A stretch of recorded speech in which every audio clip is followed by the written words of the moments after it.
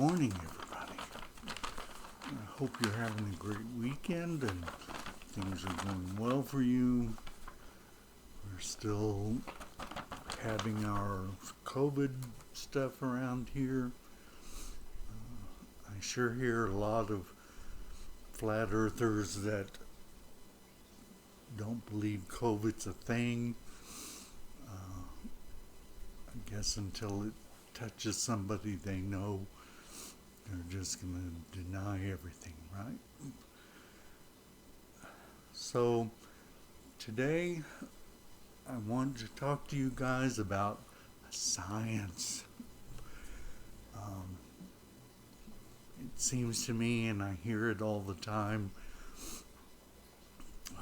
one of the great debunking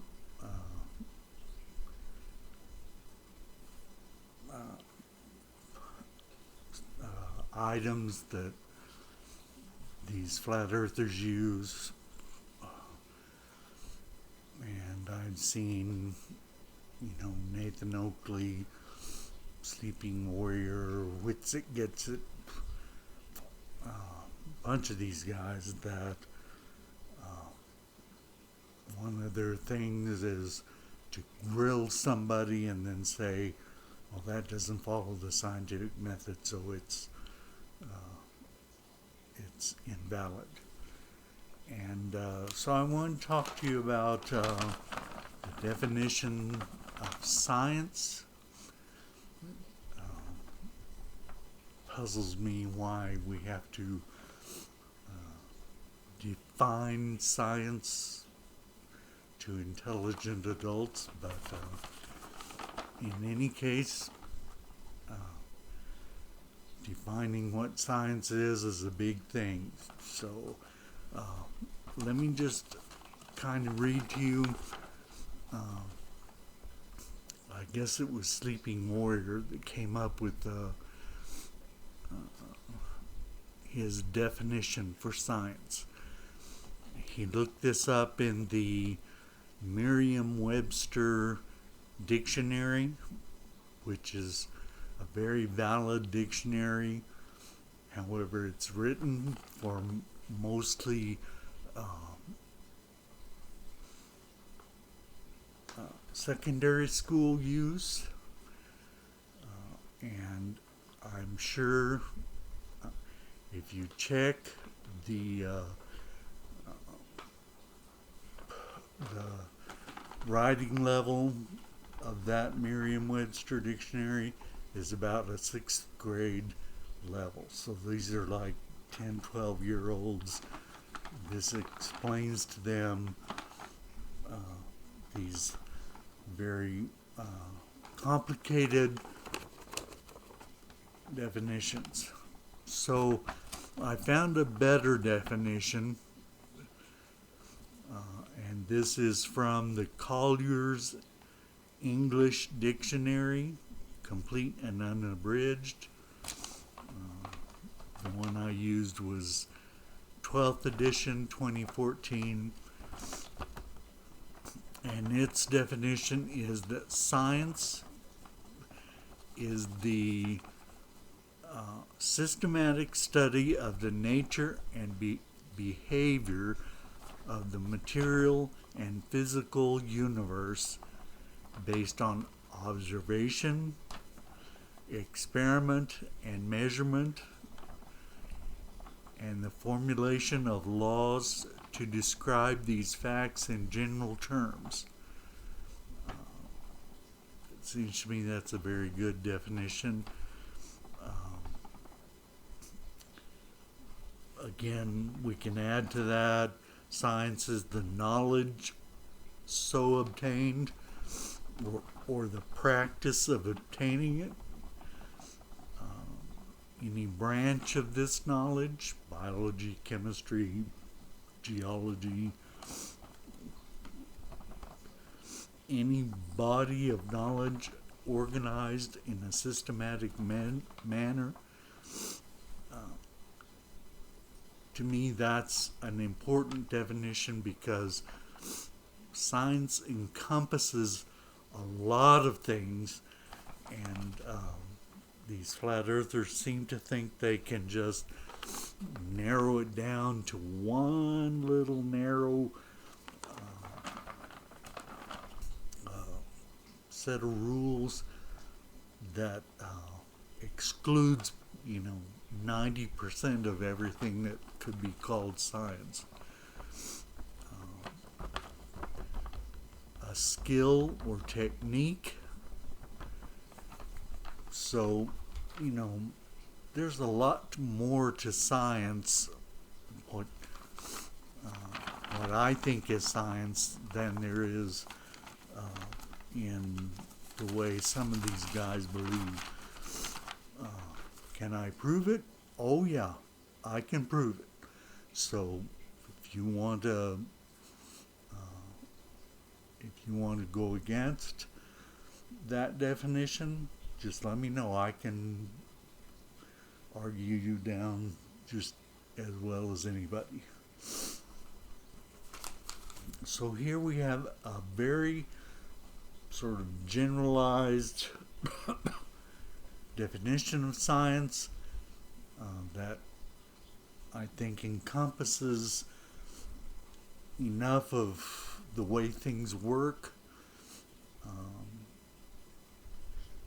so that, I've heard people say geology is not a science, astronomy is not a science. That's their big thing that they're trying to prove, is that astronomy is not a science.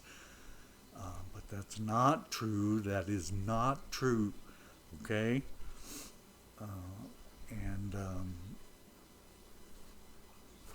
Again, we could go into a several-hour discussion about what is and what isn't science.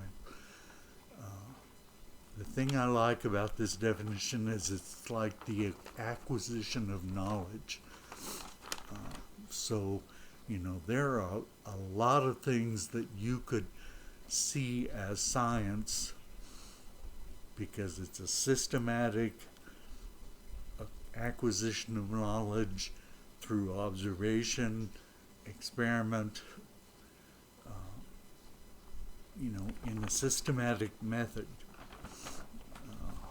And speaking of methods, the next thing I want to include in this definition is the scientific method. This is another thing that some of these desperate flat earthers have latched onto. They seem to think that somehow this scientific method has some kind of magic abilities that it doesn't have. And I don't know how many times I've heard them say, "Oh, the scientific method doesn't allow that." And I'm not sure why the scientific method allows things or doesn't allow things. It's simply a set of steps. So let me tell you, from my experience, the scientific method was formulated to be a series of steps for science. And in actuality, it's a series of steps that you could follow for just about anything that you want to organize. I'll give you an example here, but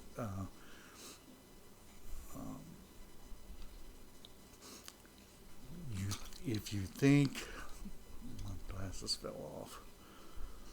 If you think that scientific method is some kind of magical voodoo or something, it's not. So here are the 7 steps of the scientific method. These are very loose, very general defined steps. Several places, if you look, they might have 8 steps, they might have 6 steps. It's kind of all encompassing here. And The steps don't necessarily have to be all done in this order. There's a lot of things that could be done and then, organized and framed later on. The first thing that you have is that you observe an occurrence or you ask a question. From astronomy, you can ask the question, do large bodies of mass have an effect on light? Can light be bent? Does light always follow a certain path? And that's a question. So now I have a question. So if you guys have a question, what is the first thing that you would do if you have a question? Anybody?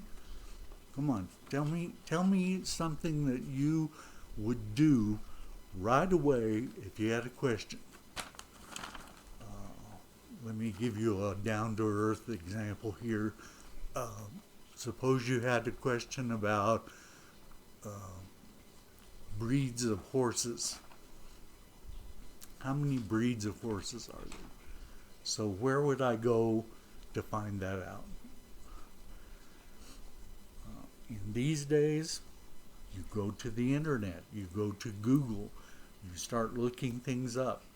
There are scholarly places you can go that look up published scientific articles if your topic needs that.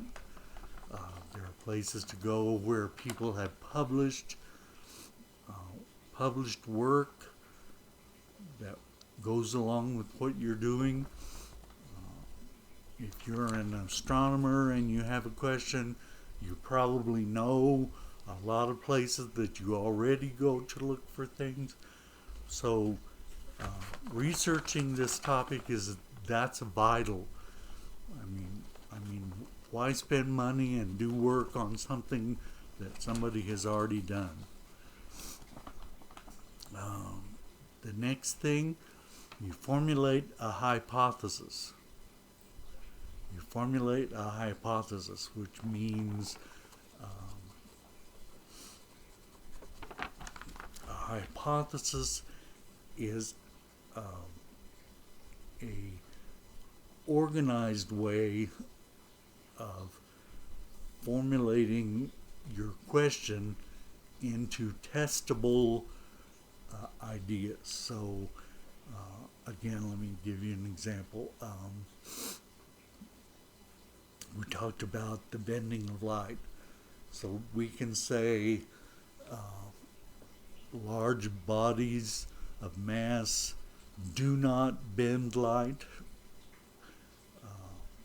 It doesn't happen. And so that's it's called a null hypothesis. The null hypothesis basically is status quo, what things are now. So the way you understand it, light always travels in a straight line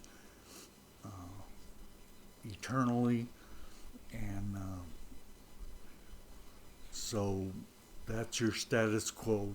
Light is not bent by objects. Then you have to have an alternate hypothesis. The alternate hypothesis is exactly the opposite of your null hypothesis. So in statistical terms, the two hypotheses encompass everything.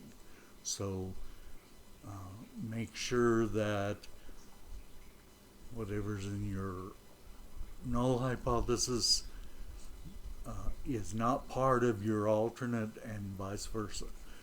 So in our case here, we would say light is bent by massive objects. So now we have our two hypotheses. What do we do with these? Now we have hypotheses.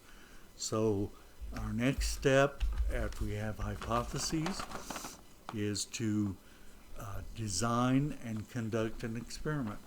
This might be a lot more difficult. Once again, it goes back to your research. So if I want to discover if light is bent by a massive objects, where do I go to discover that? Obviously, I'm going to have to go to where there are massive objects. The sun, stars, nowadays black holes, stars, whatever. Okay? So you've got to figure out, is there a massive body I can use and discover whether or not light curves? So I have to design an experiment.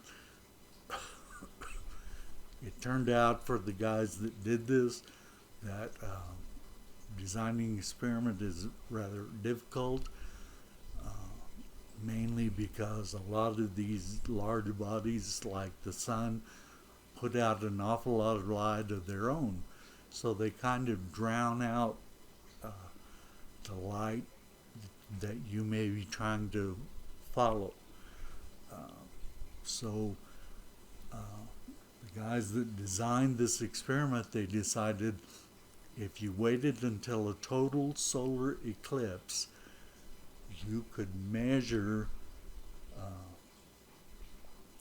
the location of a star and where it is as it has been traveling its path and where it should be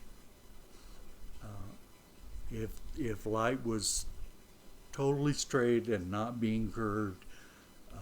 They can find where the star should be. Then they can observe, they can experiment to find out, is that star where it should be, or is it moved? Is it in a different location than we think? And sure enough, the star was in a different spot, which tells us that yes, the sun was bending light. And so this is definitely falls in line with the scientific method. It's definitely an experiment that can be performed. There was data that could be collected. So now, once I've got this experiment, I did the observations, I collected data, I have, a computer disk full of data. I've written down on a clipboard observations, data, whatever.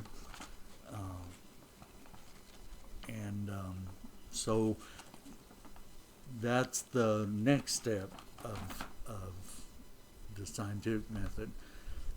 Step 5 for me in my list is analyzing the results. So now we have all these results. We've gathered the data that we need. We have all the information that goes along with this data. And so now it comes the difficult part of analyzing that data. What does the data show? And no, you do not fiddle with the data to try to make it show what you wanted to see. Your hypotheses are already defined. You either show what you're going to show or you don't. That is the scientific method. Okay, so you analyze the results, you compile, you work it out, you put it in a table, maybe you might draw graphs, whatever. You have an idea, because it's your problem, of what is going to show yes or no. Did this experiment tell me whatever I want to know? Then step 6 is to draw a conclusion. So you look at your data, you have scientifically worked with the data, you know what you're talking about, you know the data, and so you make a conclusion. And in math, we always put the 3 little dots that say therefore, and then the answer. The answer may not be simple. In the case of the bending of light, you're not going to be definitive and say, gosh darn it, light bends around around the sun. The one thing about science is that you really never dig your feet in the sand and say, this is the truth. What you're doing is performing an experiment. You have either disproven your results. If you have not disproven the results, you say, I failed to reject the results. There's always a possibility that you missed something, you didn't do it right. There's always that possibility. There's a possibility that something in the experiment you did does work, but there might have been an outlying factor that you didn't take into account. And so you will not find a scientist that will tell you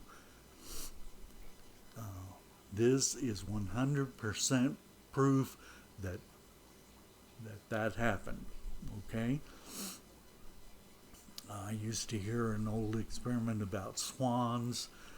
You draw an experiment that says all swans are white, and then the alternative hypothesis would be there are swans that are a different color. So then you go out in North America, you get your little camera or whatever, and you go around taking pictures of swans, and sure enough, every single swan is white. So you have now determined that swans are white. Well, you missed something, because in Australia, other places, there are black swans. Although we don't use black swan very much anymore. Flat earthers seem to have ruined that as well. So the things that I want to tell you are that the scientific method is simply a set of steps. You could consider it like a recipe for your favorite chocolate cake. So I'm going to make chocolate cake. I do research. I look up online. I find there are lots of recipes for chocolate cake. I set up an experiment, and I'm thinking, what if I took this recipe and I added cinnamon to it? Maybe that would make my cake better than their cake. So I set up an experiment. I get all the ingredients. I start following the recipe step by step by step. At one point, maybe I put the eggs in the flour before I put the milk in, where the recipe says I put the eggs and the flour together and then put them in. I could do different things. Uh, uh, and then I add the cinnamon. I bake the cake the way it says. I come out with a chocolate cake. Okay? I did some things in a different order. I did some things different. I added in a new ingredient, but I still get a chocolate cake. Okay? So your results will be pretty much the same, even though you didn't quite follow the scientific method. Uh, you got your cake. Now, there are things that you could do. I could say, well, instead of cooking it at 300 degrees, it'll go faster if I cook it at 600 degrees. Well, those kinds of things will pretty much ruin your experiment. So there are things that you can do that mess up your scientific method, your recipe, but I guess the point I want to make is that if you want to get the exact chocolate cake that's shown in the picture, that tastes just like the one that you remember, you're going to have to follow those scientific method steps exactly as they're listed, exactly the same way, exactly, as they're put in there. And if you don't, what you will get is a chocolate cake. It just isn't going to be the one you thought you were going to get. Okay? So that's the reason for having a scientific method, and that is it gives you an idea, why we do the scientific method, because I want my results to be correct. I want to be able to publish my results in a science magazine or on the internet. I want other scientists to look at my results and say, wow, I never thought of that question. Let me look at his experiment. And other scientists may try to replicate your experiment. Sure enough, if you did it right, if you did your steps, they are going to find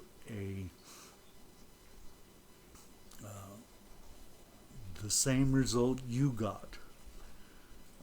If they don't get the result you got, then they either messed up the steps or there was some outlying effect that you didn't take into account, and between you and other researchers you can narrow this down and perfect it into something that can be used for other research.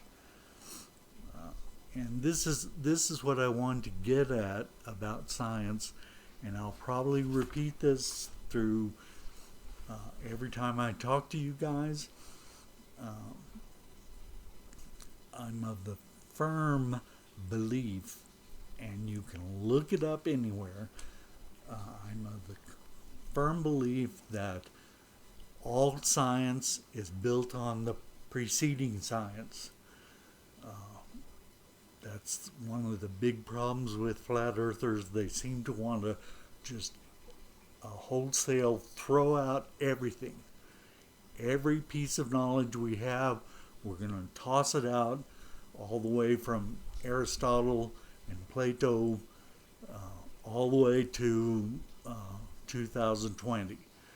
And you just can't do that. You can't throw out things and expect that you can now piecemeal put together a whole new set of rules for science.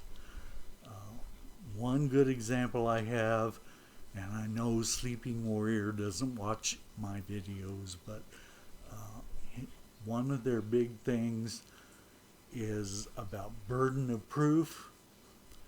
They make a claim, and because that claim is something brand new, they expect scientists to then prove why theirs is the result and not this new idea. Well, I'm sorry, it doesn't work that way.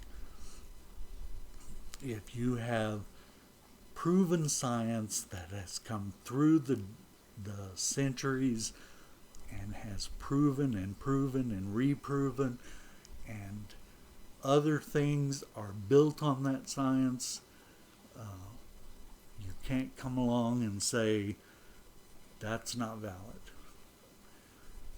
And I'm kind of beating around the bush here, but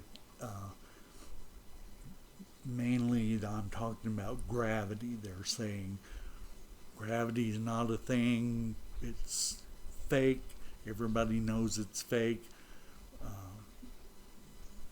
and that's not true. And if you have to throw out gravity, you throw out the work of, two centuries of scientists before that did observations and experiments that had set up gravity. You throw out the results of Newton and scientists after him that have taken gravity and proven different things. Then you take the results of Einstein and his peers and thrown out the work that they did. So you're not just disproving or not disproving, but disclaiming one little thing. You're disclaiming centuries of work that builds upon each other, precept upon precept, to find out where we are today. Okay, so those are the things I wanted to cover with you today. I have a really good homework for you guys. The video is a little bit long, but I want you to try to make time to look at it. I think that it will certainly add to your body of knowledge, and I hope you have a good week. We'll see you next week